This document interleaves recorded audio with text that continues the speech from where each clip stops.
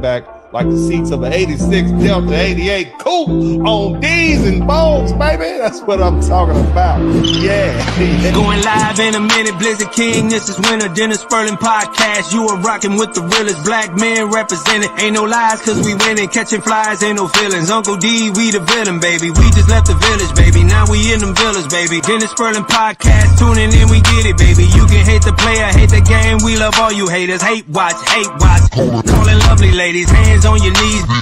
You can thank us later. We snatching the crowns off of queens, we obliterate them. Tell the truth, shame the devil, they trying to eliminate us. You begging the sipping haters, peeling layers off potatoes. Whoa, Southern Cadillac music like Outkast. Ain't jumping without bass. Tennis Spurling Podcast. Whoa. Southern Cadillac music like Outkast. Ain't jumping without bass. Tennis Spurling Podcast. Whoa. We have to clean up what's going on in our house before we do anything else.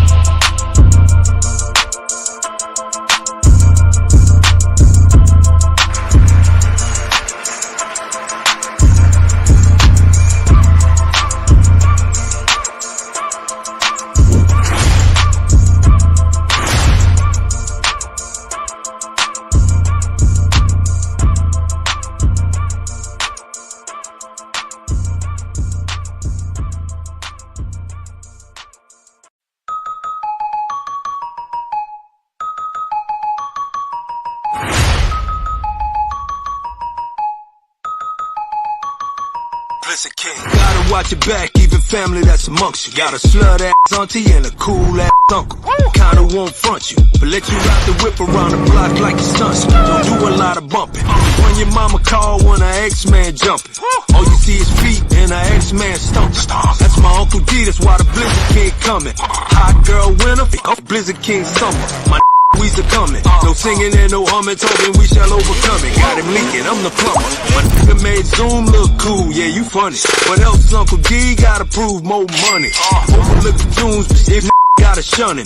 Brotherhood over any woman. Cause if she play her role, then she fam, then she good. When we say brother, my sister, we mean the hood. Now homie pop the trunk, it's been reeking just like a skunk. We can serve your knowledge, your ditch it just how you want.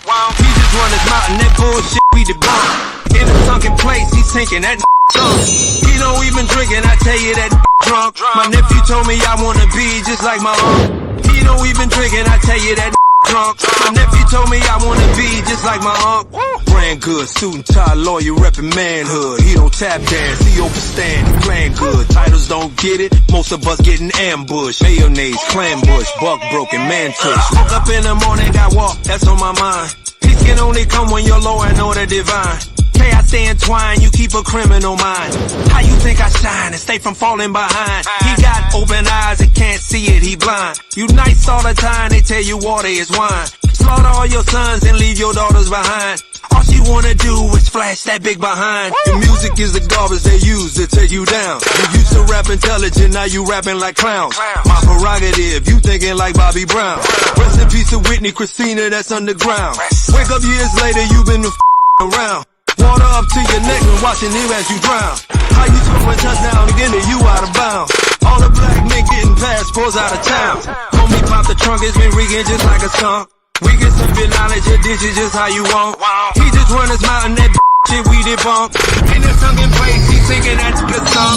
He don't even drink and I tell you that the drunk. My nephew told me I wanna be just like my uncle. He don't even drink and I tell you that the drunk. My nephew told me I wanna be just like my uncle.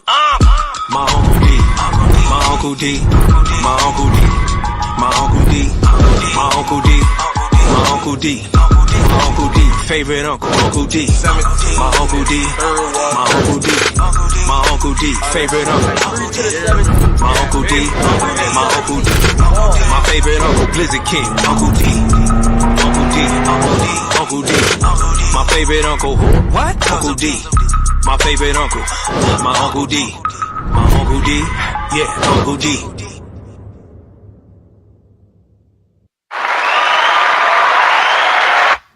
What's up? What's up? What's up? Welcome, everybody. Welcome to the broadcast, baby. Shout out to all my guys up in here, man. I see my man Broken Blade. I see Yoga taking a vacation from his vacation to come check us out. We got Boris Barracuda. Big shout out to you, fam. Always good to see the fellas up in here, man. Hit the number one button, man. Let's go ahead and get this thing crack-a-lating. Let's get it popping. Y'all hit the number one button. And we push the number one button in here because we acknowledge that we put ourselves first here. So hit the number one button for yourself, fellas. Everybody in the chat room, hit the number one button for yourself. And hey, the thing is, man, make sure you subscribe to the channel. If you haven't subscribed to the channel yet, go ahead and do that now, because I'm actually about to make it subscribers only. So if you haven't subscribed to the channel, then what's going to happen is you are not going to be able to comment on this funky, hot, hard-hitting conversation. Praise God. Hallelujah, hallelujah. Let me see if I can get this thing. Subscribers only. Okay, go ahead and subscribe to the channel now so you can commence with the conversation. Somebody type crashing out in the chat room.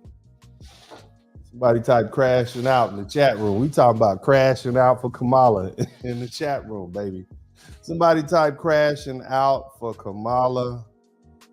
And the newest person to crash out for Kamala is Magic Johnson of the Los Angeles Lakers. Yeah, baby. Magic Johnson. Yeah, me and Worthy and Kareem, we gonna take the championship again, baby. Somebody type crashing out, man. Shout out to all the Lakers fans. Man, I grew up being a Lakers fan, so I am well aware of Magic Johnson's history, and I found it ironic that old Magic decided that he was gonna get up there and talk to black men. Brothers, we need to make sure that we need to talk to black men. Why, Magic? Why? Somebody type why, Sway. Why, huh?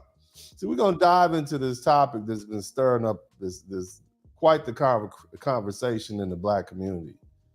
And it's lighting up social media. Pretty much anybody of any interest has an opinion on this. And we're talking about how these a number of black celebrities are frankly crashing out. Somebody type crashing out.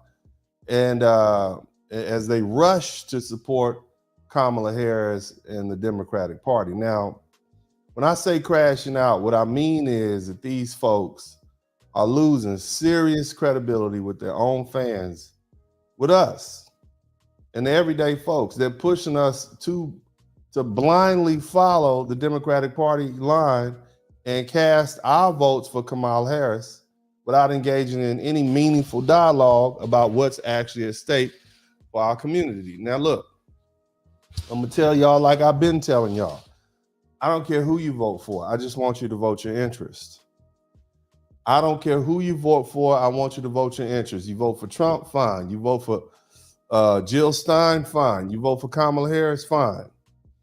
I know I'm voting for Trump. And the reason I'm voting for Donald Trump is not because I have some blind loyalty to him. I'm voting for him because I'm a business owner and he's a Republican. I'm voting for him because I'm a family man and he's a Republican. And for the most part, I'm voting for him because I'm a homeowner and he's a Republican. What does that mean? That means that my taxes are going to be a lot lower under his administration. I'm in a different tax bracket than a lot of people. And so my sole interest is my taxes, because I really don't care what happens and what goes on out there. For the most part, as long as I have able to keep the money that I earn with my own efforts, then I can work with everything else. So I'm what you would call a one-issue voter at this point. Now, there was a time I cared more about social issues, but at this point, I'm voting my interests, and my interests are solely to keep low taxes. I voted against George Bush. He won, my taxes went lower. All right. I voted against Donald Trump. He won the first time, my taxes went lower. I voted for Barack Obama, my taxes went up. Okay, I voted for Joe Biden, my taxes went up. You see what I'm saying? So at some point, I have to make my interests align with what's most important to me. Now, if you are a school teacher, you might want to align yourself with the Democrat Party. So you may want to vote for because you're aligned with the teachers union. So that's how you vote your interest. Okay. But here's the thing. That's not what these celebrities are saying. These people like Magic Johnson, and you can name their names in the chat room. Come on, name all their names. Put them out there so we'll know who we're talking about. Come on, name the Crash Out Kings. And we're not just talking about people like Joy Reid. No, we're not just talking. We talk about comedians. We have actors. Name the names. Come on now. Come on, family. We do a crowd participation in this. D.L. Hughley. Who else? Come on, name them. Come on, get them on out there. Let's let them know. Let them know who we talking about. D.L. Hughley, Steve Harvey, Ricky Smiley. I already said Joy Reid. Who else? Angela Yee, Charlemagne. Who else? You guys know them. But it's disheartening, to say the least, to see these people who have all this power and influence over Black folks. They have the ears of millions, and they're using their platforms in a way that seems less about genuine political engagement and more about maintaining a status quo that benefits them personally. Now, these folks who have built their careers on the love and support of Black audience, but now it seems they're ready to leverage this support in ways that many Black people feel are disconnected from the real needs and concerns of their fan base. What does that mean for us? When these appointed leaders or representatives of ours, right, when their voice doesn't reflect our address, the issues that truly impact our lives daily, how do we reclaim our narrative and ensure that our political engagement is substantive and not just symbolic? And so what we're going to do today is we're going to unpack these questions. We're going to look at the bigger picture of celebrity endorsements in politics and the implications of these endorsements on the public perception and the critical need for political discourse that's rooted in reality, not just celebrity glamour. Shout out to Ivy Dream. Shout out to my little sorority sister. What's happening, baby girl? How you doing? I hope you're having a great day. Shout out to Braxton the Snake too. All my guys. Shout out to everybody. So look, let's break this thing down. What's really happening behind the political endorsements? And how can we better navigate the intersection of celebrity influence and political action? Now, what I want to do is I want to confront an unsettling reality, the pervasive influence of celebrities on our politics and our social conscience. It's not only misplaced, but it's often downright dangerous. And so now we have to turn a critical eye to Magic Johnson, whose undeniable prowess in sports and business seems to have been confused with some sort of social political wisdom. This man has a phenomenal record in the NBA. He's been drafted into the NBA Hall of Fame. He was a great athlete out of Michigan. He has several Magic Johnson theaters around America where you can certainly get your ass shot, depending on what movie is being played, on what opening night it is. Whether it's Decatur or South Central LA, you can get your ass shot. Hallelujah. In the Magic Johnson Theater. I think we all can agree on that. Praise God. Okay, so wear your bulletproof vest. But honestly, seriously though, what is bouncing the basketball or excelling in a boardroom genuinely equips, how does that equip someone to tackle the complex issues facing Black men in America? And the reason I'm saying Black men, because when I show this clip, you'll see the Magic specifically called us out.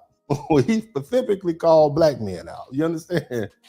And so the thing is, when Magic, when he speaks, people listen. Okay, his achievements are remarkable, sure, but do they qualify him to understand or address the systematic oppression, the daily battles that the average Black man grapples with? And my answer is no. Somebody type no in the chat room. And as we like to do in here, hell no in the chat room. No. These aren't just academic questions. These are pressing issues of authenticity and relevance. Magic's life of privilege is light years away from the harsh realities that many Black men face, Black people in general. And they're struggling against racial profiling, economic hardship, and blatant educational inequalities. Magic Johnson played basketball his whole life. From high school to college to the NBA, he's been treated like an exceptional Negro. And the exceptional Negro, the big buck on the plantation, always gets those privileges. His life has not been filled with these sort of inequities that most Black men deal with, or Black people in general. Can someone who navigates life at such an altitude of fame and wealth truly understand the ground level turbulence that shakes the foundations of everyday lives in the Black community? Look, Magic Johnson is flying around in private jets, and when he drives down the street, he is not afraid of the police pulling him over. As soon as they see Magic Johnson, oh, it's Magic. And they leave him alone. That's not your experience. And see, these entertainers have to understand, and they do understand that, and the politicals on top understand that influence is a potent tool. In the hands of the ungrounded, it can distort and derail the very issues it aims to highlight. We're not here to question Mr. Johnson's intentions. Perhaps they are sincere. I don't know. I don't know him. But let's be clear. Good intentions don't mean a thing if they don't translate to inform genuine actions that resonate with the lives of those who claim they represent. Okay? And so now we're in a situation where these celebrities look like, or celebrities like him are leading our social and political conversations. And we have to question that, and we have to do so in a harsh manner. And these folks with these high profiles, is there, or should I say, they can be misleading. And they do so from a place of, I would hope to say, ignorance as opposed to knowledge, but still, we have to rebuff that. We don't need these detached voices. We need advocates who are intimately familiar with the struggles and the triumphs of our community as it is right now, not what was going on 40 or 50 years ago. So as we move forward, let's stop confusing celebrity for expertise. High achievement in one area does not impart universal wisdom, and it's crucial now more than ever to ensure that those who claim to speak for us truly understand us, and not just superficially, but deeply sharing in our experiences and our battles. So let's analyze some video footage. Somebody hit the #1 button. Let me know you're still in here. And shout out to everybody who's contributed to the Super Chat, the Cash App, and the PayPal, even if you haven't done so yet. We need 20, and that'll be plenty, and we're still getting warmed up. But let's go ahead and play this video. Have you all seen it? It's Magic Johnson of the Los Angeles Lakers. Magic is messed around and put himself in a position that he didn't even need to be in. Trying to endorse Kamala. And I'm going to explain something to you. Black folk generally, there's some reasons why Black people don't like Kamala Harris. And there's like 5 of them. And I'm going to say them, and y'all not going to like it. Okay? I'm going to say them, and you're not going to like them. And it's hard for us to wrap our mind around the fact that the entertainers that we like so much are rolling with this woman. Shout out to Black Man Swimming. Let me go ahead and play this video. Let me turn my mood music down real quick. Shout out to my man, Black Man Swimming. Shout out to everybody who subscribed to the channel. If you want to voice your opinion, you're going to have to subscribe. Now, here's what Magic had to say. Means that, you know, now there's a lot of black men in here, and I don't mean to, you know, not talk to other people, but this is important. Our black men, we got to get them out to vote. That's number one. There you go.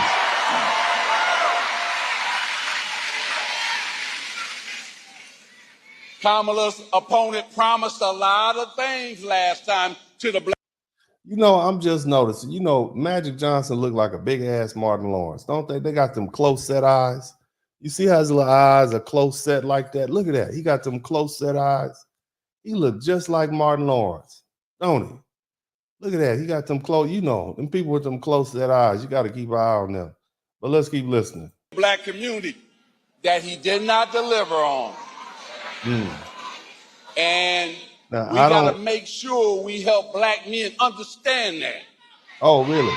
So that's why I'm here, to make sure I help black men understand. First, get out and vote, and then vote for the next president of the United States, Kamala Harris.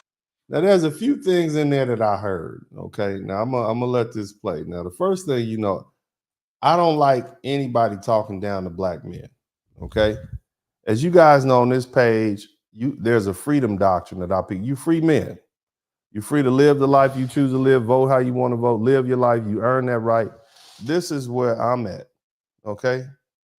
Free men. Somebody type free men in the chat room. We're free men. Shout out to my man, Corey Joe, S2 Better. Good looking out, man. Why Magic sing sweet? Well, hold on a minute, bro. You jumping ahead, okay? You jumping ahead, all right? Okay, you jumping ahead of the program, sir. But let's break this footage down real quick. I want to analyze this real quick. Let's listen and see what was said. Hold on. Let me see if I can get this to tune up a little. Listen to him. Now, there's a lot of black men in here, and I don't mean to, you know, not talk to other people, but this is it.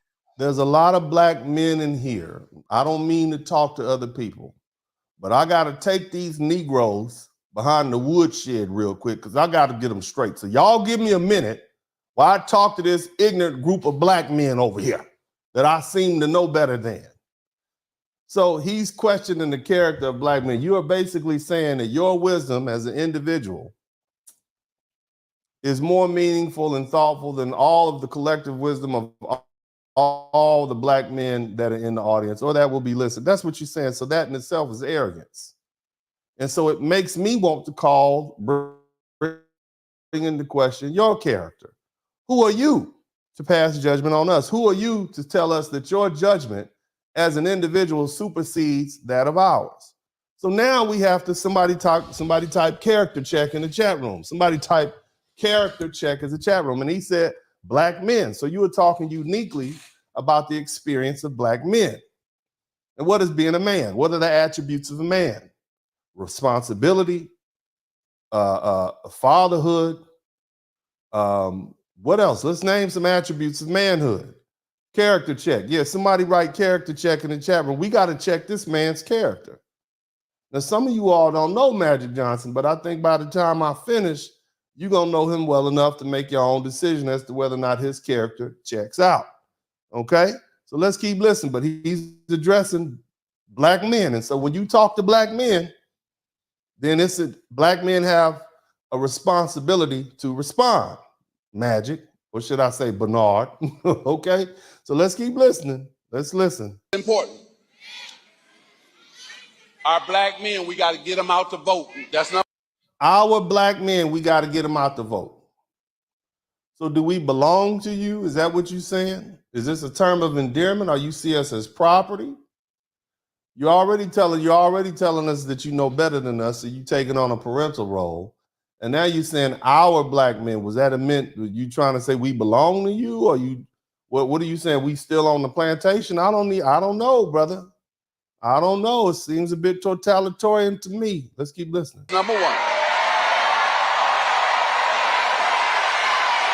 We need to get him out to vote.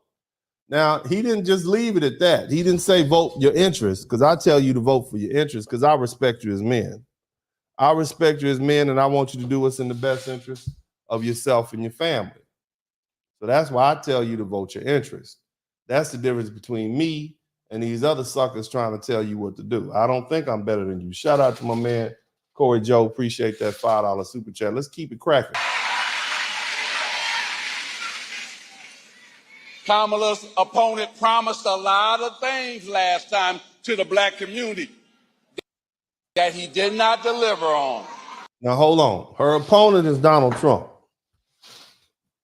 You say, first of all, Donald Trump didn't win the last time, and therefore he couldn't fulfill any promises if he did make any at all. Now, let's analyze that.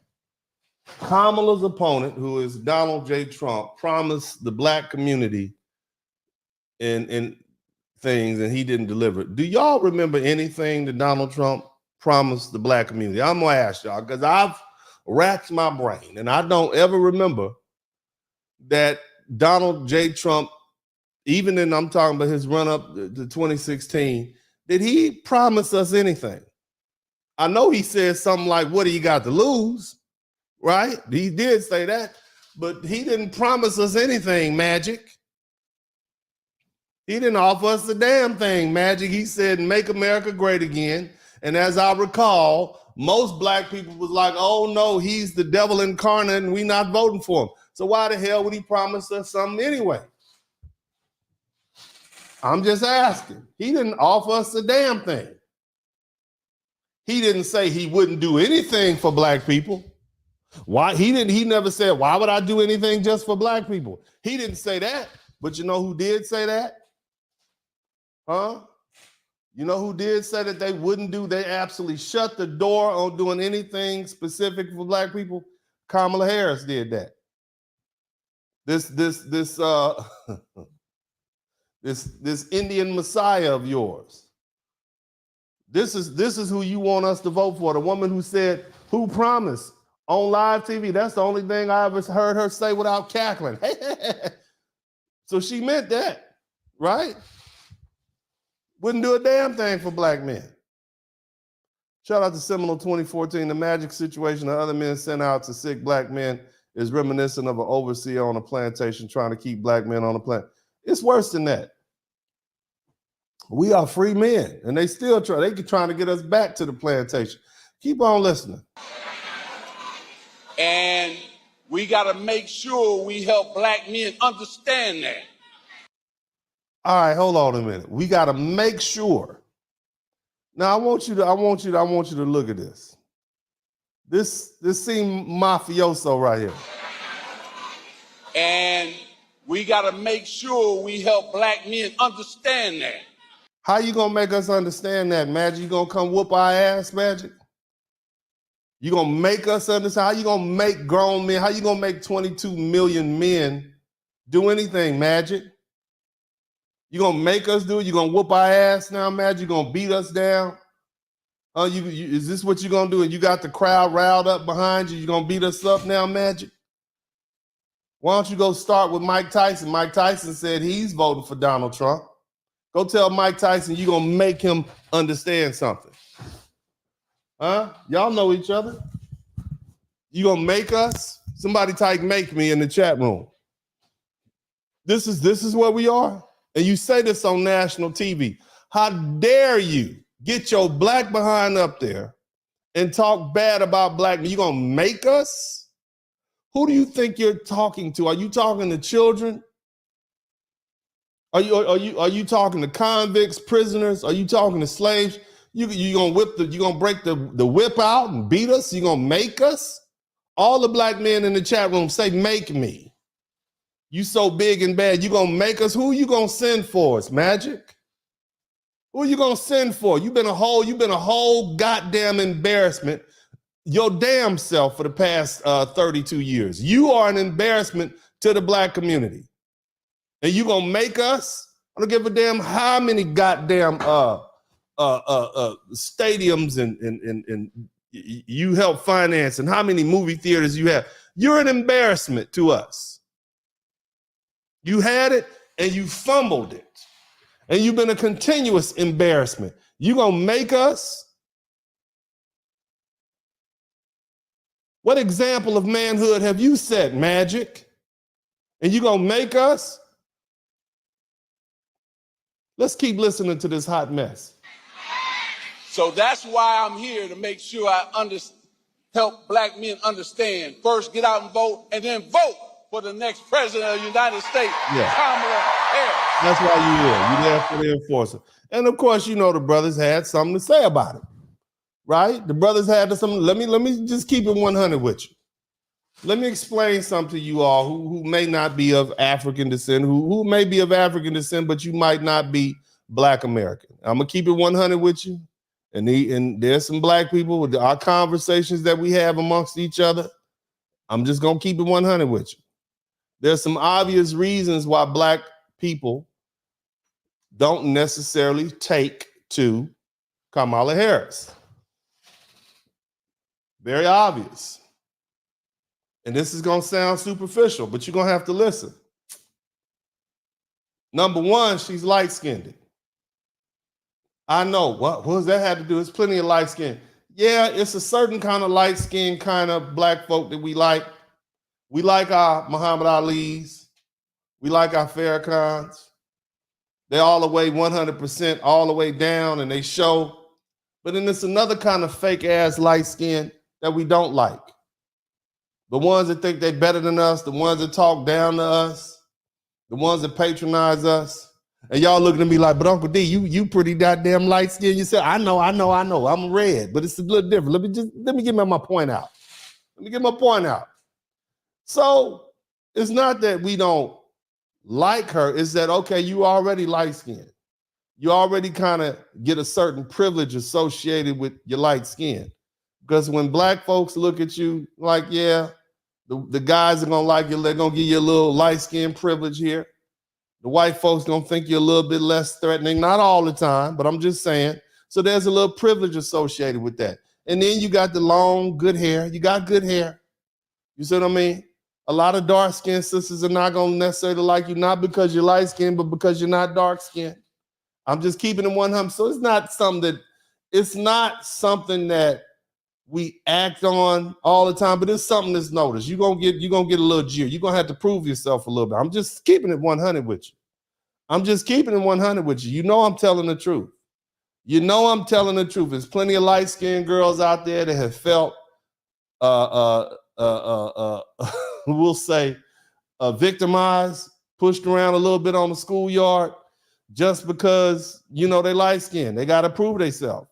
They get picked on, they get their hair pulled. It's just true. It's just goddamn true. A lot of light-skinned women have the reputation of being man stealers, being loose, easy man stealers. Okay? Just keeping it 100 with you. All right? Just being honest. Now, the next thing is, right? Her mom is not black. Okay? Now, we don't know what her dad is. I think the jury is still out on what her real race is, but Candace Owens is blowing that whole situation up. She's sussing out who this woman people are, but we do know that your mama's not black. Your daddy may or may not be of some sort of African descent somewhere down the road. I don't know, but we know your mama's not black. So because you were not raised by a black mother who is from America, who is foundational black American, your culture is going to have some deficit as far as foundational black Americans are concerned. I'm just saying, you don't understand everything. You didn't get the conversations. You didn't, there's some things that you're going to miss. You might be black ethnically a little bit, but your mama's not black, so you don't have the same experiences. So we don't have that same connection. My mama black. My mama Mississippi black. My mama Mississippi, Tutwiler. I used to pick cotton black. My grandmama black. My grandmama was a sharecropper. You understand me? So my culture is foundational Black American. You can hear by the way I talk. You can hear by the way I move. You can tell by what I eat, what I grew up eating, the conversations I have, the music I listen to. So culturally, I'm more in tune with my foundational Black American side than somebody like Kamala Harris is, who was raised by an Indian woman. Just keep it 100. All right? Just keep it 100. The other thing is, her people are not from here. And I don't mean that her people are from New York and she lives in California, or her people from Chicago and she lives in Mississippi. No, your people are from not here at all, okay? Your people are from another country, okay? Your people are from somewhere else, whether it's Jamaica or India. So it's not saying these are not things that would just totally make Black people not like her, but I'm just saying it's hard for us to relate her. On another situation, you're married to a white man. You're not culturally Black, you're light skinned, okay? And you're married to a white man. So we can look at that like this. Now, we all know that if it was a Black man married to a white woman, Black folks would be looking at him sideways. We'd be like, nah, bro, you done sold out, bro. We appreciate you found love, God bless you, but nah, we ain't really rolling with you like that. Okay? Now, Black men are looking at it like, okay, you married to a white dude. All right. What do you want from us? How you gonna be down with the brothers? You down with the others. You understand me? Bars. Nah, so we kind of looking at it like that. And that's how we look at all Black folk who married to white folk. Now, there's some exceptions. Some ethnicities, we kind of give them a pass. Like if it's a Black dude dealing with a Samoan, we be like, yeah, well, you know, that's why we give The Rock a pass. He could just be whatever he want to be because he is Samoan. And when we look at Samoans and we look at those, they like, yeah, we gonna kind of give them a pass a little bit. And in some instances, if you married to a Latina, especially like a Mexican or something, it's like, yeah, well, you know, that's a little bit of a pass, especially if you're in Texas, New Mexico, Arizona. It's just kind of understood. Now, if you just go all the way right to the white, if you go straight snow bunny hunting and you come back with a white girl, we're gonna look at you sideways. You understand? It just is what it is. You don't have to like it. I'm just explaining to you Black culture. It's not that these are things she can't overcome. I'm just saying this is the way Black folk are looking. I'm just telling y'all the truth. You know I'm understanding. The other thing is, and this is a major one, this woman is a former prosecutor. And for the most part, Black folk typically don't like prosecutors. We didn't like Chris Darden. He was Black. Johnny Cochran, who was a defense attorney, we loved him. We didn't like, we don't typically like prosecutors. We ain't voting for Miss Goop Scoop. Yeah. You see what I'm saying? We don't like prosecutors. And then on top of that, she has a horrible record as a prosecutor of taking advantage of her situation, her power, and putting Black men and women in jail. So we don't like her. That's some things you got to understand. So when we get Magic Johnson, who jumps on here and basically is trying to punk us into voting for this woman, we're going to look at it sideways. Now, what I'm going to do at this time, I'm going to go ahead and let y'all review some of the videos that have popped up in response from the Black men. Now, for you guys who weren't here, this is what Magic Johnson said. Now, he started it. There's a lot of Black men in here, and I don't mean to, not talk to other people, but this is important. Our Black men, we got to get them out to vote. That's number one.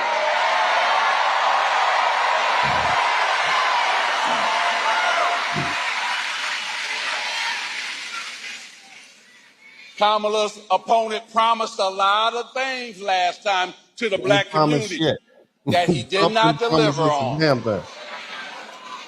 And we got to make sure we help Black men understand that.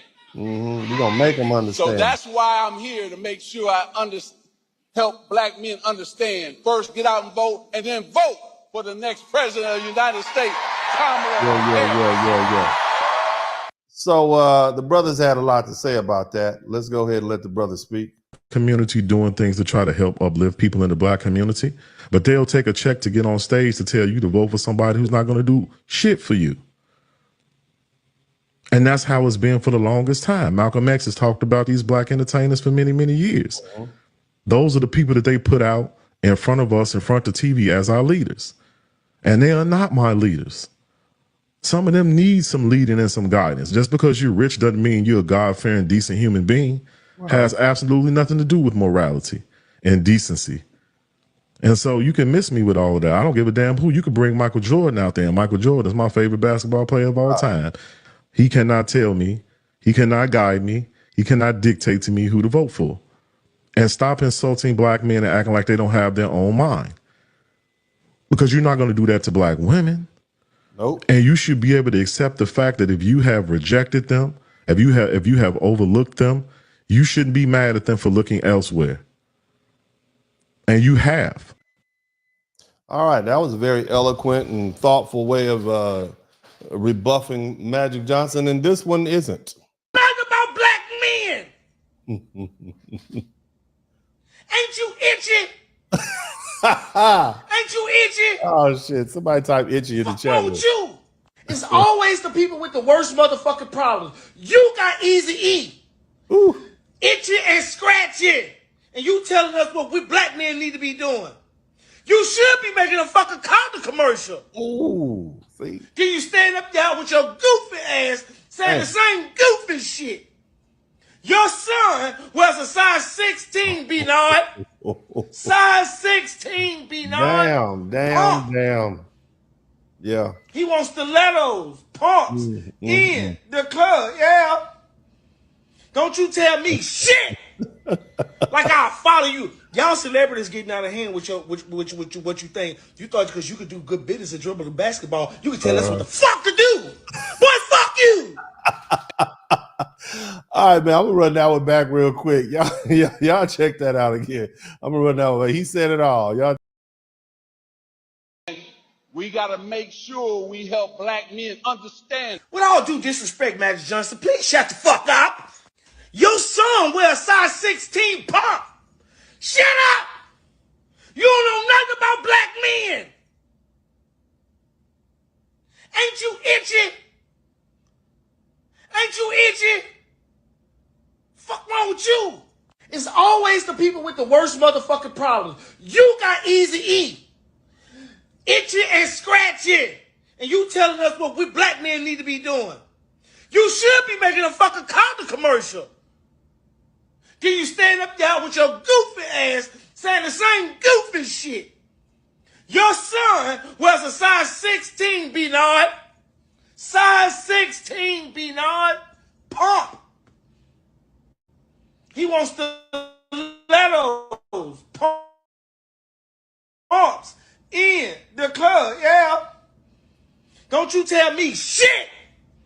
Like I'll follow you. Y'all celebrities getting out of hand with your what you think. You thought because you could do good business and dribble the basketball, you could tell us what the fuck to do. Boy, fuck you. Yeah, we are. So the brother was passionate. Give him. So this is what the brother's talking about. This is Magic Johnson's son right here. Okay. And earlier we talked about character check. That's what we have to do. Since you, Brother Magic, want to give us a lesson on what we should do as men, we have to determine whether or not you are the type of man that we want to listen to. Now, this is your son right here. That's your son right here. That's the product of your mind and your masculinity. This is your son. You understand? This is who you raised. You see, that's your son right there. You see? Now, the brother mentioned that Magic Johnson's son's discussing his fashion choice, and he wears a size 16 pump. And the brother used that to ridicule Magic to suggest that his family dynamics or choices make him unreliable as a spokesperson for black men. And, it is perceived as a contradiction because of this man's hypocrisy. Who are you to tell us how to be men, and this is who you raise. This is your son right here. You see, maybe perhaps instead of focusing on what black men are doing in general, you need to be focusing on what kind of black men you are and who you raising. I'm just saying, this is what the brother was talking about. Okay, this is your pride, and this is you right here. I want you to look at you. You see what I'm saying? This is you kissing Isaiah Thomas live at a basketball game. Okay, now here's the thing. It's essential to address the point that's often brought up in discussions about Magic Johnson and his role as a spokesperson and a role model. Somebody type role model in the chat room. A role model in the black community, particularly regarding his qualifications to represent black men. Okay? Now, a significant part of this conversation must focus on his personal life, especially his family dynamics and how they relate to traditional expectations of black masculinity and fatherhood. Now, again, Magic Johnson is revered in sports and business, but he's going to face criticism not just for his professional actions, but also the aspects of his private life, particularly in relationship with his son, EJ, who, let's slide back over here.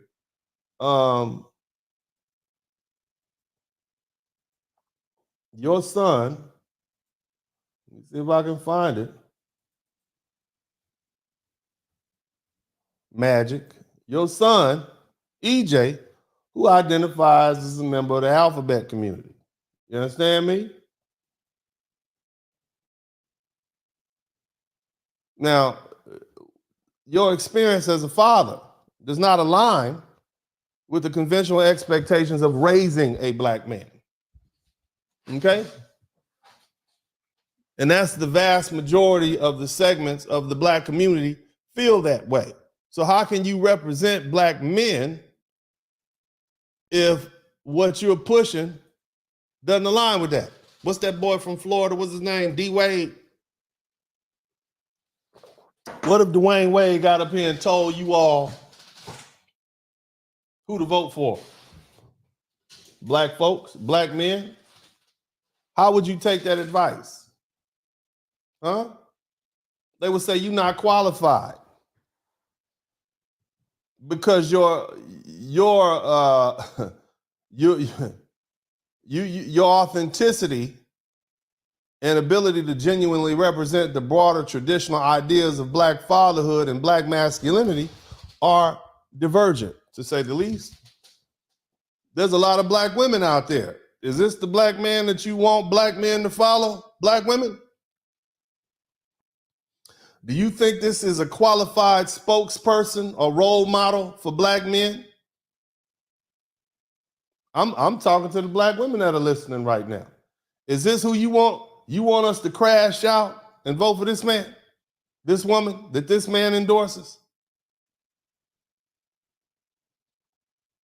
I'm asking. Because being a role model for black men inherently involves upholding and transmitting conventional masculine values from one generation to the next.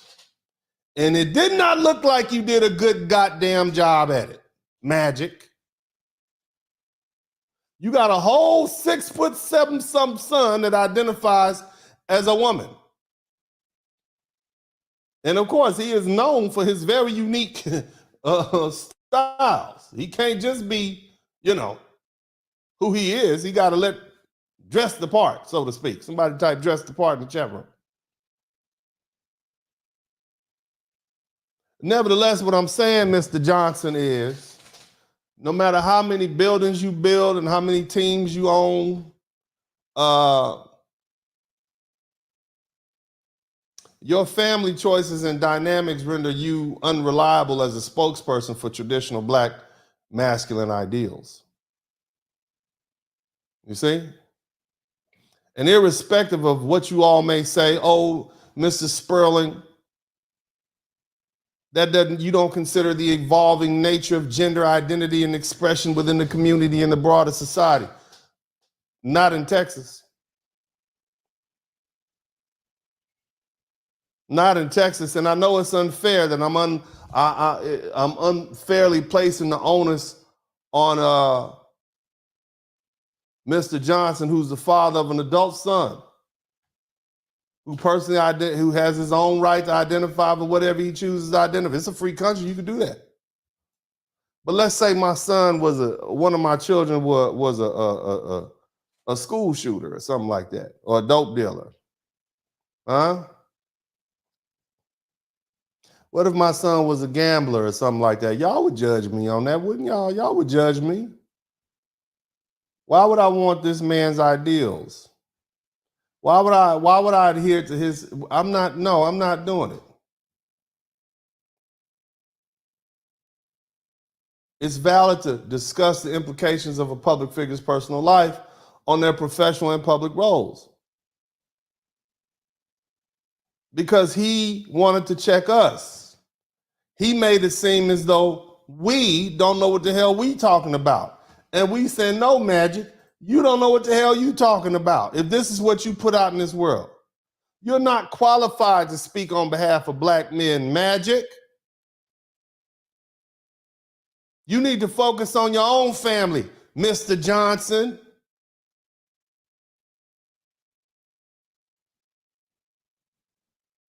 And it's not that you can't be a leader. Go be a leader of men who have sons who dress like this, Magic.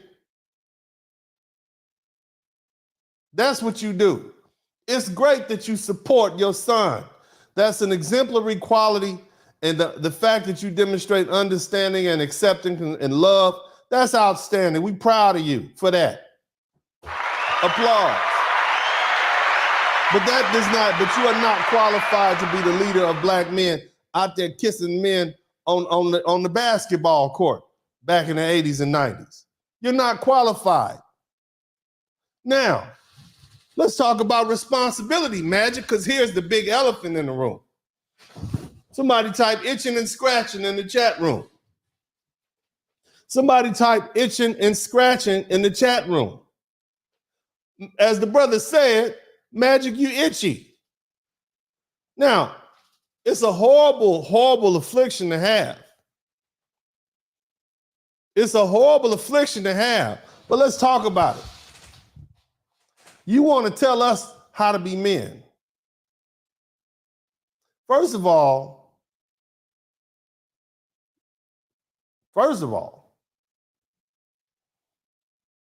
you're not telling black men to vote their interests. And many of us we view your remarks as patronizing, and it suggests a troubling underestimation of black men's ability to discern what is in our best interest and to engage in the political process independently of your ass. And this viewpoint is not just disappointing, it's deeply concerning, as it appears to undermine the autonomy of black men. And you're trying to position us as needing guidance to navigate this political choices effectively. We don't need you. See, Magic, your approach is diminishing, and it assumes that black men require a particular kind of help to understand or engage with political issues, and that perpetuates these outdated stereotypes and diminishes the perceived intellectual and civic capabilities of black men. So, this is a disservice to the very black men that you say you aim to empower. You're suggesting that we lack capability to participate as fully informed citizens. This is what you're saying about us, sir. Moreover, you didn't single out black women. You didn't single out all men. You singled out black men as needing special intervention to correct our voting behaviors. You need to correct our voting behaviors. And in doing so, you reinforcing these harmful stereotypes. This is you, though.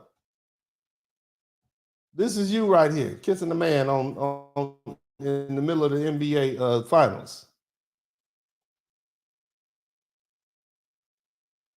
You're suggesting that we somehow less informed or less engaged than other demographics.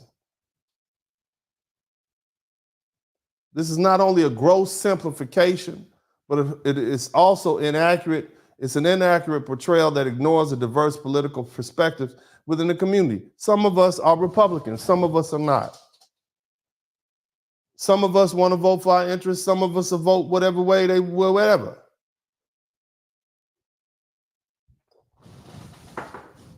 Here's the thing I need you to understand, Magic. We want to do a character check on you since you want to question our intelligence and question our autonomy.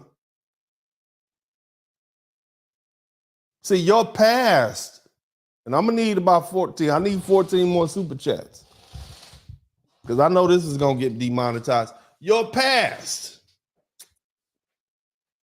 affects your current standing as a role model and spokesperson within the Black community. I'm going to tell you how I know. There's no reason that we shouldn't talk about Magic Johnson as much as we talk about Kobe Bryant, Michael Jordan, Shaquille O'Neal, and all these other successful basketball leaders. But we don't, because we look at him as a failure who's redeemed himself a little bit. And the reason is because at some point, Magic Johnson was as popular as Michael Jordan. He was as popular as Kobe Bryant, Shaquille O'Neal. He was a prominent figure both on and off the field. The stars in the head, they came to see. He used to roll with all the greats. Magic used to roll with Michael Jackson and all these people. But he made headlines in 1991 when he announced that he was HIV positive. And see, this revelation was not just a personal health matter, but it also a public declaration that brought significant attention to issues of sexual health and responsibility. Somebody type responsibility in the chat room. He did bring awareness to HIV and AIDS awareness at the time when it was an epidemic and it was heavily stigmatized. But here's the thing. Magic didn't get it, according to him. He didn't get it from a blood transfusion. He got it because he was having multiple sexual partners, which led to his HIV diagnosis. And what does that tell us? Huh?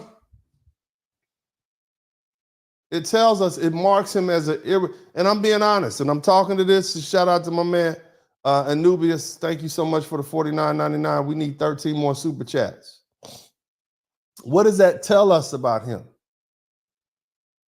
He got the itchy, as the brother said. It says he's irresponsible.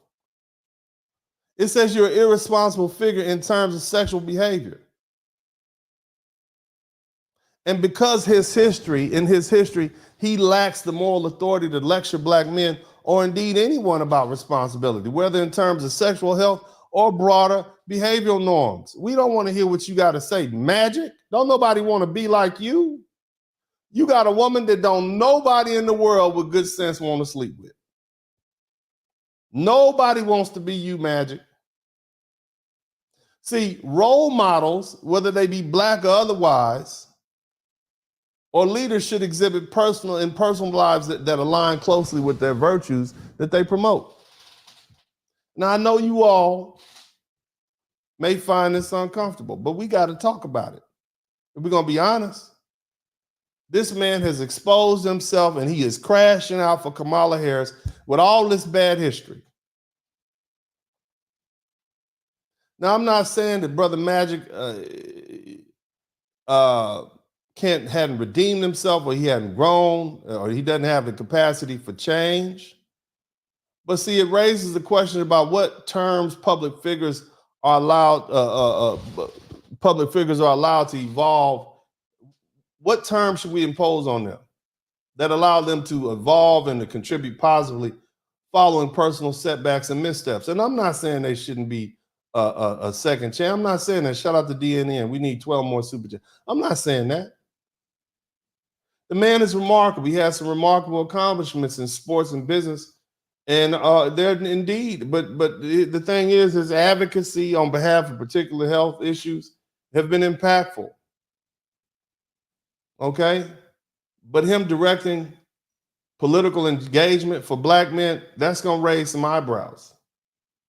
See, effective leadership, particularly in advocating for a community, requires a deep, nuanced understanding of the community's experiences and perspectives. It demands that leaders listen as much as they speak and seek to elevate community voices rather than overshadow them. Leadership, especially within Black communities like ours, or communities facing systematic challenges and widespread stigma, it requires authenticity, reliability, and trust.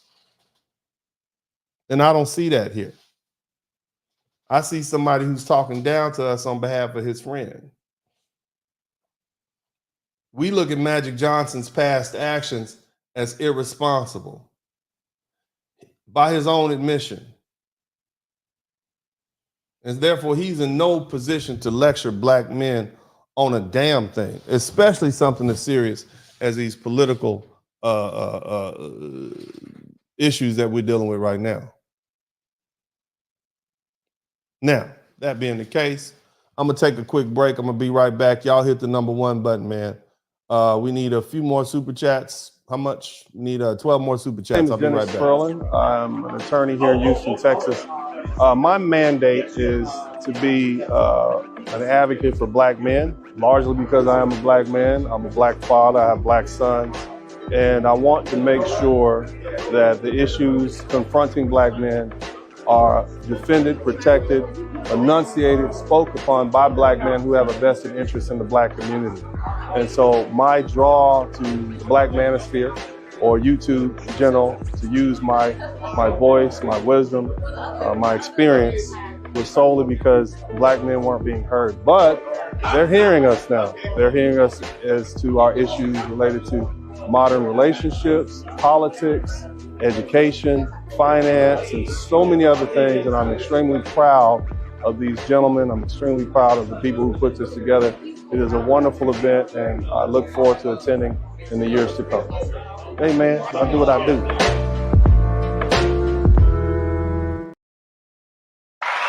right, welcome back to the broadcast. Welcome back to the broadcast. Shout out to Tony Young.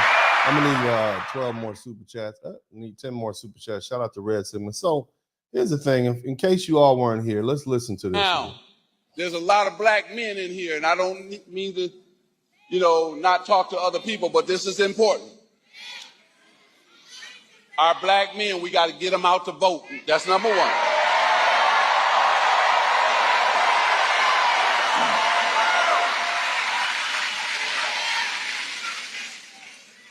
Kamala's opponent promised a lot of things last time to the black community that he did not deliver on. And we got to make sure we help black men understand that. So that's why I'm here, to make sure I help black men understand. First, get out and vote, and then vote for the next president of the United States, Kamala Harris. And then the brothers responded. Got to make sure we help black men understand. Brothers responded. With all due disrespect, Magic Johnson, please shut the fuck up. Your son wear a size 16 pump. Shut up. You don't know nothing about black men. Shout out to Marcus. Ain't you itchy?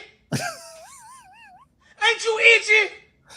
Oh, God. What's wrong with you? It's always the people with the worst motherfucking problems. You got easy E. Itchy and scratchy. And you telling us what we black men need to be doing. You should be making a fucking condom commercial. Woo. Then you stand up there with your goofy ass saying the same goofy shit. Oh, man. Your son wears a size 16, Bernard. Size 16, Bernard. Pump. Oh, man.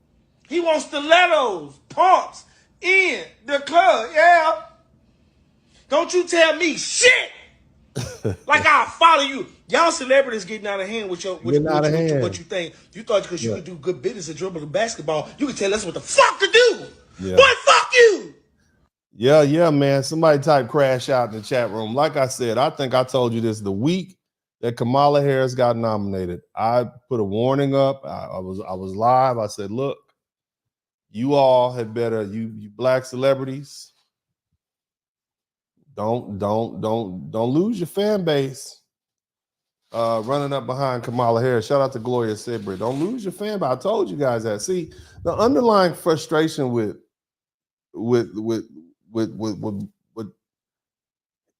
Magic Johnson's claim is profound.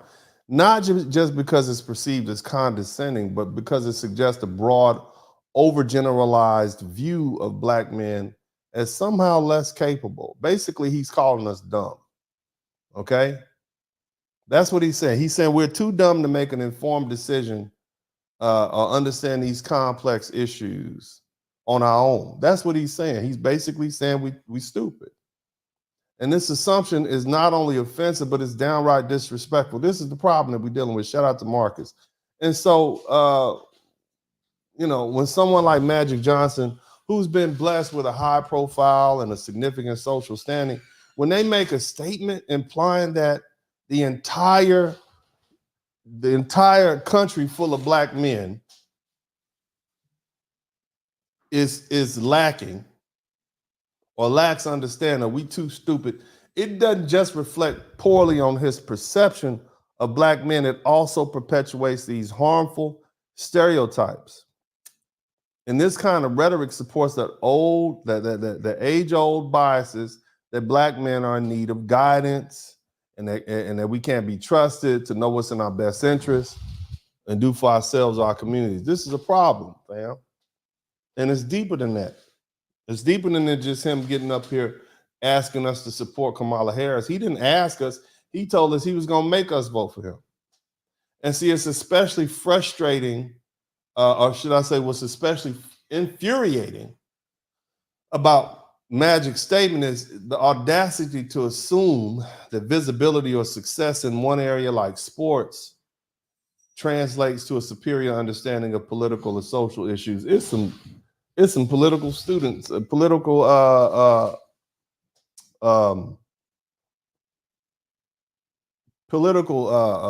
poli-sci students that could know far more than this man. You see? Just because you excel in the NBA, that doesn't mean you're a political scientist. You don't have the expertise to lecture us on political activism or civic responsibility. You see, and for him to try to blame black men, it's just laughable. It's insulting, and I'm insulted. And here's the other thing. It reeks of the savior complex, because this is the same position that a lot of these liberals take, and he's inherited that. It reeks of a savior complex where the successful rich folk, right, whether they dribbling basketballs or building rocket ships, they believe they must lead the supposedly ignorant masses of unintelligent people. Shout out to Seminole 2014. These new blacks must make LBJ Hoover and Bull kind of proud. Yeah, they do. Yeah. James Mitchell, thank you for the super sticker too, fam. $20. So, see, this is not a minor slip up. This is what he really thinks. That's what Kamala thinks. They think that black men especially are too stupid to vote their interests. And they have to tell us what their interests are, what our interests are. And it's a reflection of a broader societal problem where the successful speak over those they deem less fortunate. You see? And it undermines the intelligence, capability, and the diverse experiences of black men everywhere. Shout out to my man Black Samurai, said Magic dropped the ball on this one. Talk more respectfully next time. Yeah.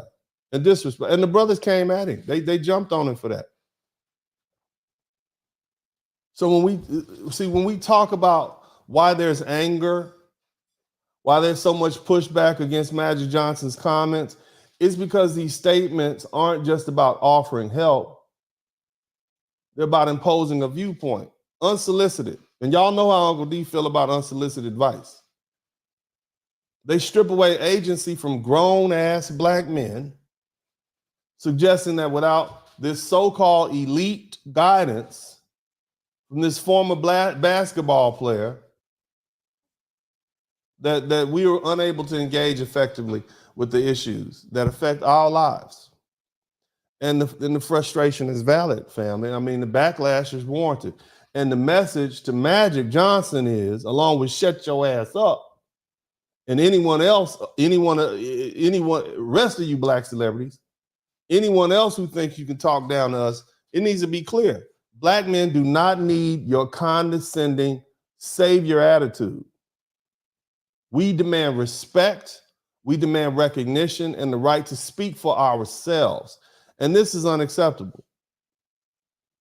Now, I'm gonna let another video play because the brothers had a lot to say. We need in the community doing things to try to help uplift people in the black community, but they'll take a check to get on stage to tell you to vote for somebody who's not going to do shit for you. And that's how it's been for the longest time. Malcolm X has talked about these black entertainers for many, many years. Those are the people that they put out in front of us, in front of TV as our leaders. And they are not my leaders. Some of them need some leading and some guidance. Just because you're rich doesn't mean you're a God-fearing, decent human being. Has absolutely nothing to do with morality and decency. And so you can miss me with all of that. I don't give a damn who. You could bring Michael Jordan out there. And Michael Jordan is my favorite basketball player of all time. He cannot tell me. He cannot guide me. He cannot dictate to me who to vote for. And stop insulting black men and acting like they don't have their own mind. Right. Because you're not going to do that to black women. So wouldn't. And you should be able to accept the fact that if you have rejected them, if you have overlooked them, you shouldn't be mad at them for looking elsewhere. Nope. And you have. You have. Somebody type Dusty in the chat room. Somebody type Dusty in the chat room. We dusty, right? Aren't we dusty? We just dusty black men. Aren't we dusty? Somebody type Dusty. Why y'all coming over here? We dusty. Y'all don't want us. The Democrat Party hasn't done much for black folks, over black men especially, since the 1950s. Somebody type Dusty. Why you want an old Dusty vote? Huh? See, that brother's comment, that brother's response, it taps into a broader cultural and social sensitivities about autonomy and respect and the right to self-determination within the black community. At the end of the day, we are Americans and we do believe in freedom. And we're willing to fight for it. See, there's a strong defensive reaction coming from black men of all walks of life. And you can hear those two brothers speaking. They got two different lifestyles based on what I'm listening to, okay? But we recognize that this is an attempt to control us or to direct the narrative of black masculinity and identity from a position of privilege. That's what they're trying to do. You on high trying to tell us what to do. The audacity which these people have to attempt to dictate the discourse around black masculinity, especially somebody, did y'all see the picture that I put up earlier? I don't want Magic Johnson explaining to me or any of mine what black masculinity is. I'm just gonna say this, because this is his son right here. Okay, this is Magic Johnson's son over here. All right, and I don't want Magic Johnson to give me or my sons any lessons on black man. I don't care how many balls he's dribbling. I don't care. I don't want to hear you talk to me. If this is what you did with your time and your son, I don't want to hear about it. Okay, I'm good, Magic. This is what you did. I don't want to hear that. Matter of fact, you can't even blame this dude because this dude saw you doing that at the NBA championship. You see what I'm saying? Let's just keep it 100. All right? So anyway, that's why you got so much pushback. That's why there's so much pushback and these remarks. It insinuates that black men need, as I said, we need guidance. You acting like we're stupid. They're patronizing, and it reeks of deep-seated arrogance. And it presumes that success in the realm of sports somehow bestows upon you the authority to redefine the parameters of black masculinity, and it don't. Masculinity is the same old masculinity it's always been. And your perspective not only undermines the intelligence and agency of black men, but it also attempts to shoehorn a diverse group of people into a monolithic identity that's sculpted by those who sit at the heights of untouched every day by the struggles that the everyday black man has to go through. Magic, you haven't dealt with what the regular everyday black man has to deal with since you was a little boy. Because as soon as they found out you can dribble and pass and shoot some hoops, they took your butt and they shipped you off to the special section in the high school. And then from there, you got shipped to the special section at Michigan where you went to school. You always handled with kid gloves. You're a big black buck. And you provided privileges. You didn't get what these brothers are dealing with. You didn't even have the same experience of the other black men on the campus where you went to school with, unless they were playing and catching balls.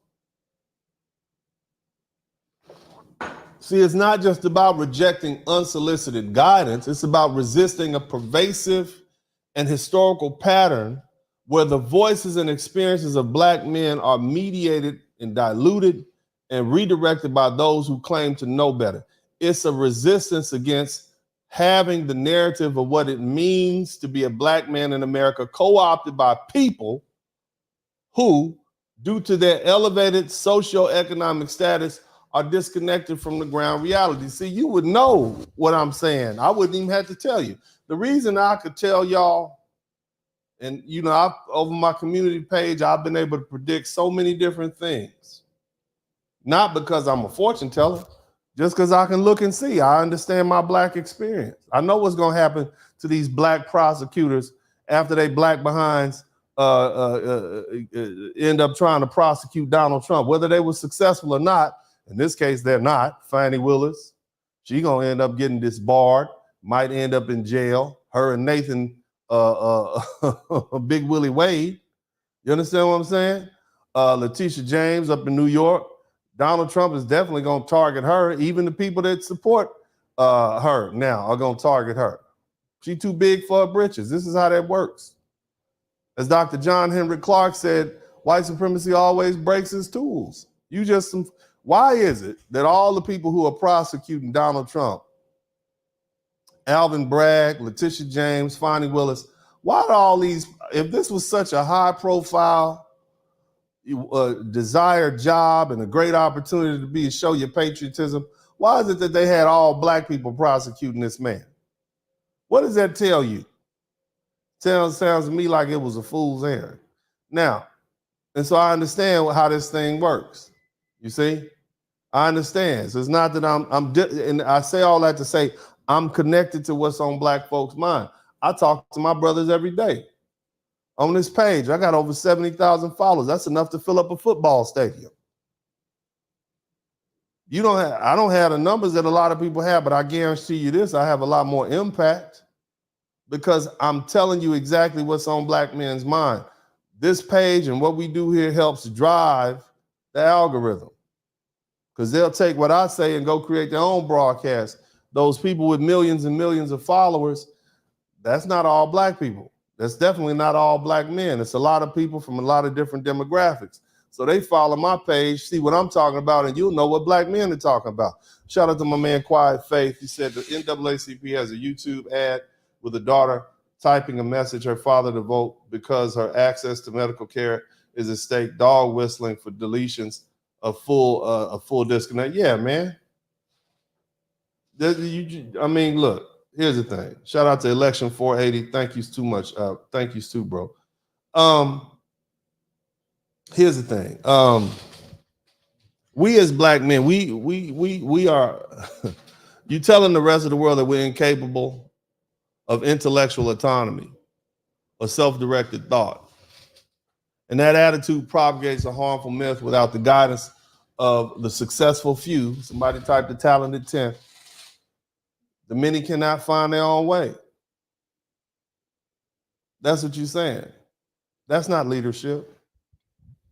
It's an imposition of will. It's an attempt to control and define black masculinity, black identity, not through empowerment, but through authority and unilaterally assumed and unrightfully exercise authority at that. We don't need overseers. The black community doesn't need overseers. We fought to get rid of them. We definitely don't need overseers of thought or shepherds of consciousness. What the community demands, and rightfully so, is respect for our innate capacity for self-determination and recognition of its own voices, which are more capable, far more capable of articulating our needs, aspirations, and desires.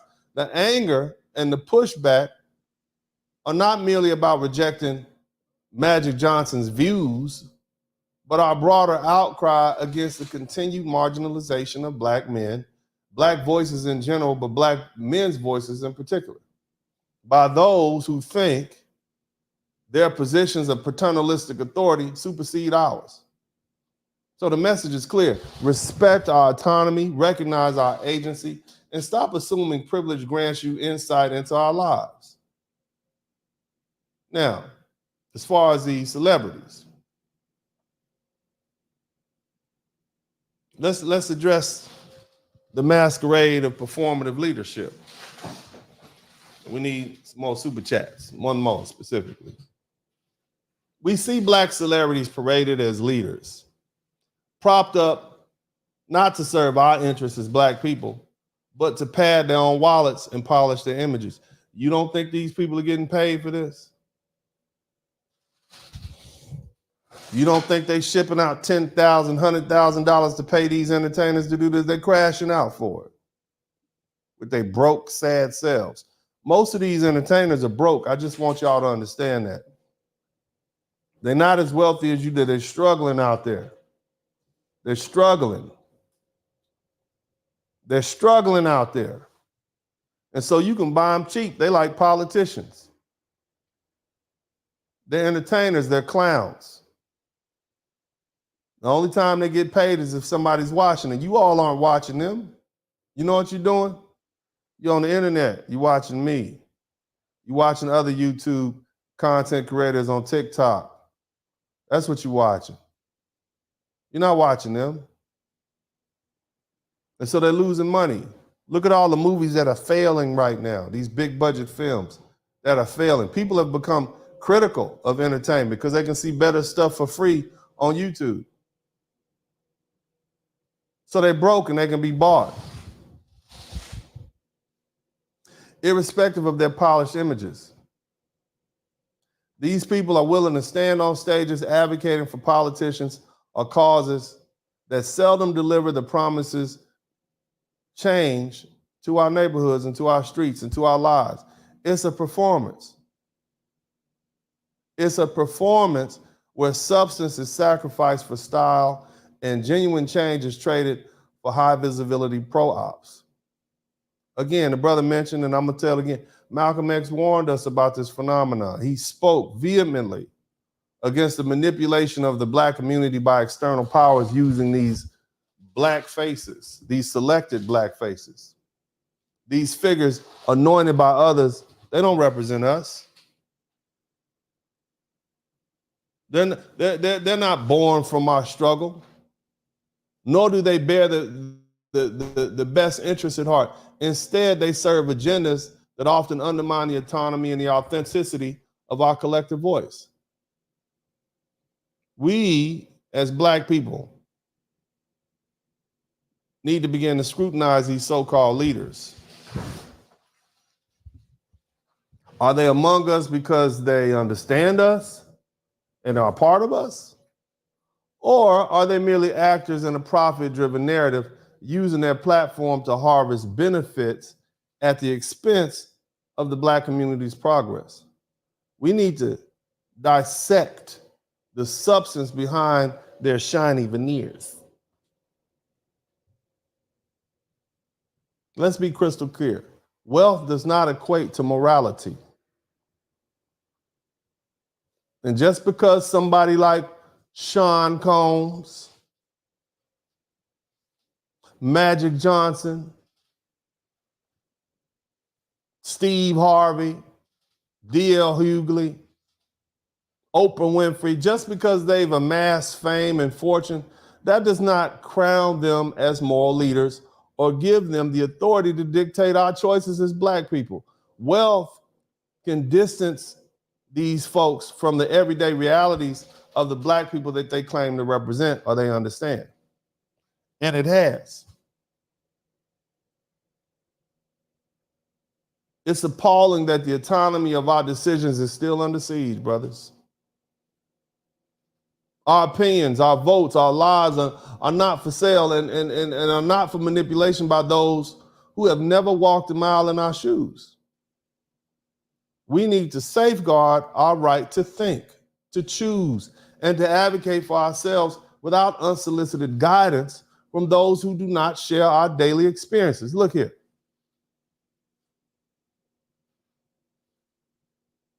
If the so-called leaders fail us,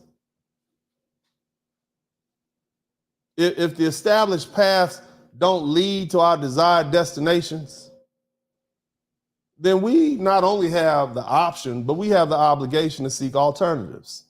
Our loyalty is to our community, to our people, to our families, and our future. Not these actors and entertainers who don't deliver and can't deliver, and definitely not these politicians. I want you to hear me. Somebody type "hear me" in the chat room. You have a right to exchange the bad for something good. You have a right to sit yourself home on your couch if you want to. You don't have to vote for either one of these clowns. I tell you to vote your interest. Somebody type "vote your interest" in the chat room. Somebody type "vote your interest" in the chat room. Or don't vote at all, because that may be in your interest. See, we are tired of the smoke and mirrors. We're tired of leaders who are more concerned with appearances than actionable change. Our community deserves more than token guidances. We demand and we deserve profound, tangible improvements that uplift us all. See, the demand for genuine engagement is about calling for leaders who are truly invested. We need voices that echo our concerns and bodies that stand in the trenches with us, not on a distant podium surrounded by cameras talking down to us. The strategy of using high-profile folks like Magic Johnson and all the rest of these clowns to sway our opinions, particularly in political realms, is not only insulting, but it's damaging, and it trivializes our intelligence and manipulates our perspective. Shout out to my man, Samony Welbeck. Keep doing what you're doing, brother. The Blizzard King, Spurling, I appreciate your wise commentary in these chaotic times. Hey, man, I appreciate you.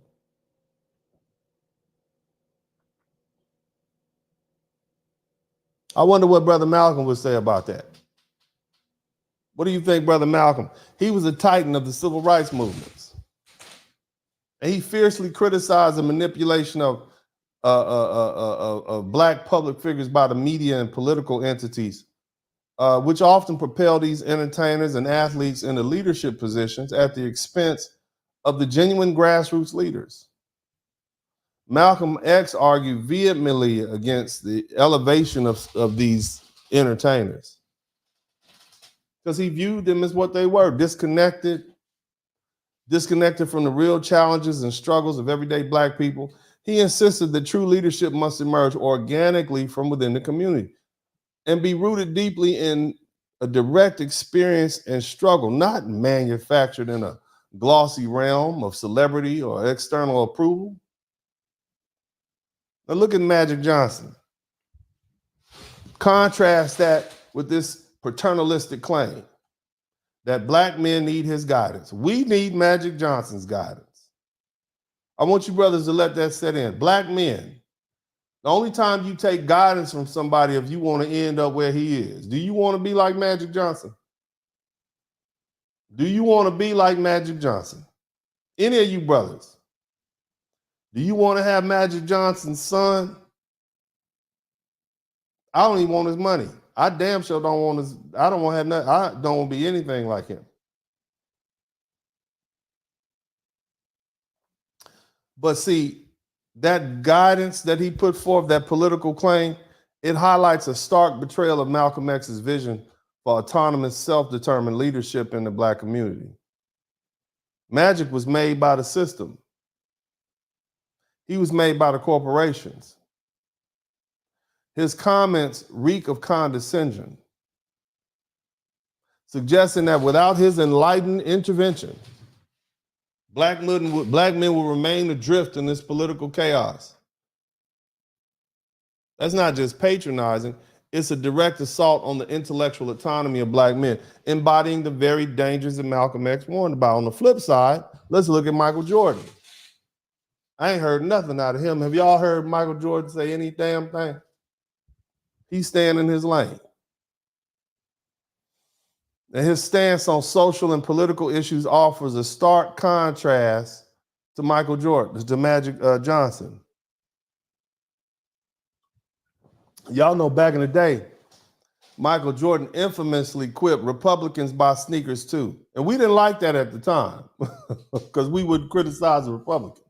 But now that you have more black people waking up and becoming more enlightened and not being and leaving the Democrat plantation, I appreciate Michael Jordan just shutting up and dribbling the ball. We don't need him to speak. Now, some of you all may say, well, Muhammad Ali spoke. Yeah, under the tutelage of the Honorable Elijah Muhammad, he spoke. A grassroots leader, a phenomenal man of the earlier 20th century. So that was a different set of circumstances. We blasted Michael Jordan for that statement, expressing his reluctance to jeopardize his commercial interests by taking bold stances on issues impacting the black community. And his silence, whether strategic or simply indifferent, has often been interpreted as safeguarding his brand over a commitment to his community. But what would we rather have? Him say something and it sounds stupid and condescending, or him just shut up and stay in his lane? I think the latter. On the flip side, you got Magic Johnson, who blatantly assumes that the mantle of the guide Jordan has historically receded from it, only recently beginning to contribute more actively to social justice causes. And this reluctance to be vocal could be seen not just as a corporate self-preservation, but perhaps also as an acknowledgement, whether intentional or not. Malcolm X's call for authentic grassroots leadership has been met. And we are here. Somebody needs to tell old Magic to shut his mouth. That's what I'm saying. And we're going to take a quick break. We'll be right back. Y'all hit the number one button. My name is Dennis Spurling. I'm an attorney here in Houston, Texas. My mandate is to be an advocate for black men, largely because I am a black man. I'm a black father. I have black sons.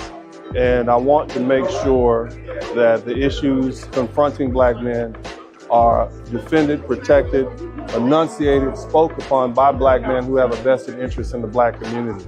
And so my draw to the Black Manosphere or YouTube in general to use my voice, my wisdom, my experience was solely because black men weren't being heard. But they're hearing us now. They're hearing us as to our issues related to modern relationships, politics, education, finance, and so many other things. And I'm extremely proud of these gentlemen. I'm extremely proud of the people who put this together. It is a wonderful event, and I look forward to attending in the years to come.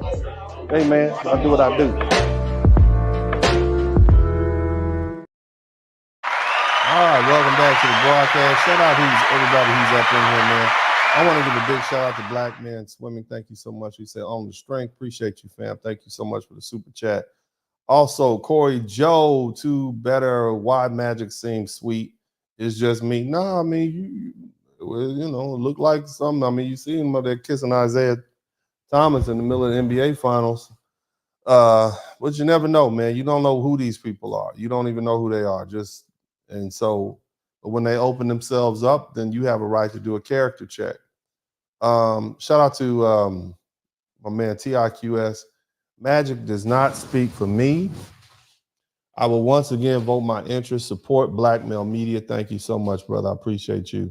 Seminole 2014, The Magic Situation, and the other men sent out to sick black men is reminiscent of an overseer on a plantation trying to keep black men on the plantation. Shout out to you, fam. Also, 414 Moni, we ain't voting for Miss Goop Scoop. Oh man, y'all too much. Corey Joe, too better. Sick. The celebs trying to lead us. Right. I'm sick of it too. Annabis, thank you so much for the super sticker. Appreciate you, fam. Dion, thank you so much. He said, tell him, Unc. I will. I sure will, bro. I keep doing what I'm doing. Thank you so much. Torrin Jones, good looking out for the $4.99. Red Sigma, good looking out for the $2.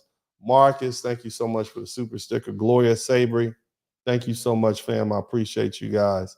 Who else we got up in here? Marcus, super sticker, good looking out. Seminole 2014.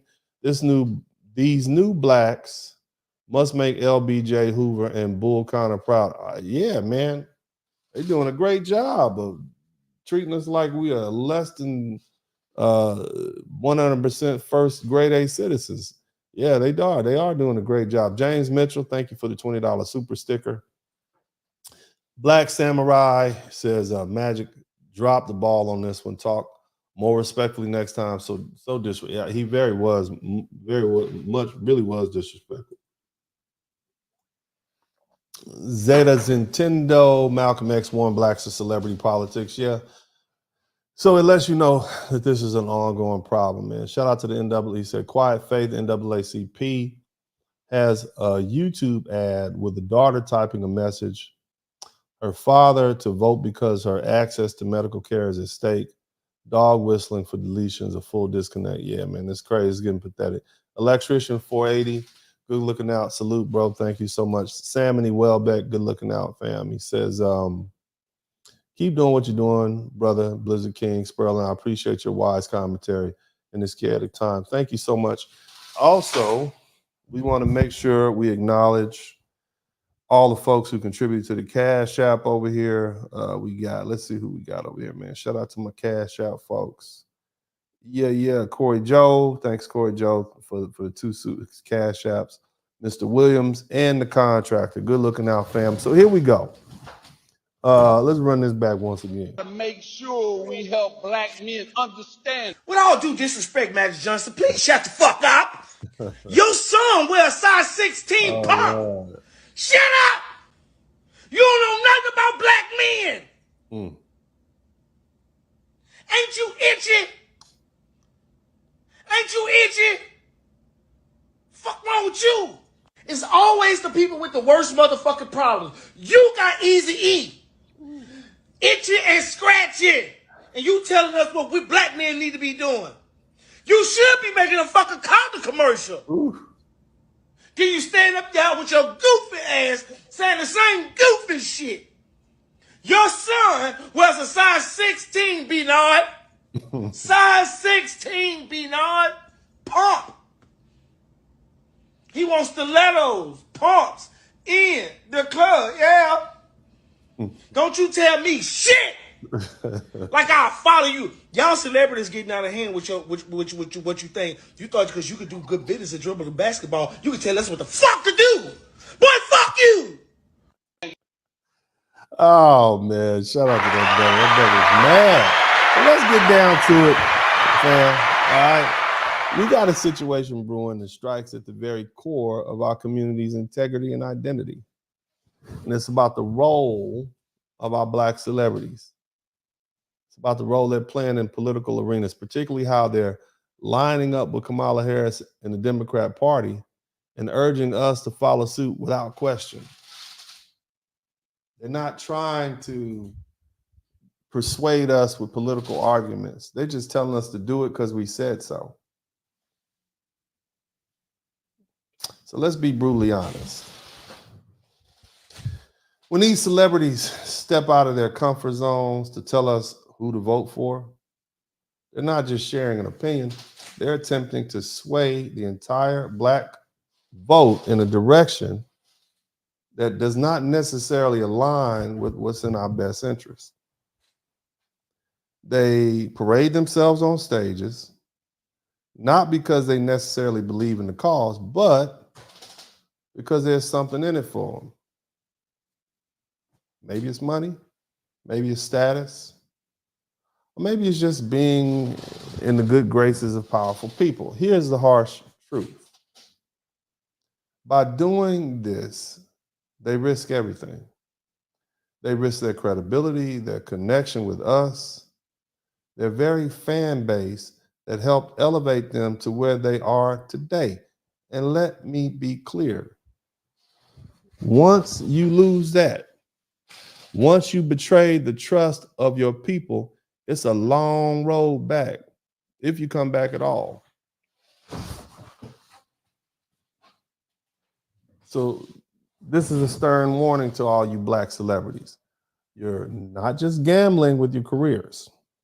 You're gambling with the respect and the loyalty of the Black community. We're not pawns to be played in your high stakes game.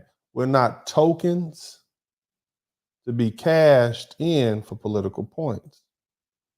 We think, we feel, and we decide based on what's best for us, for our families, and our future. This is Uncle D. I love y'all. I'm out.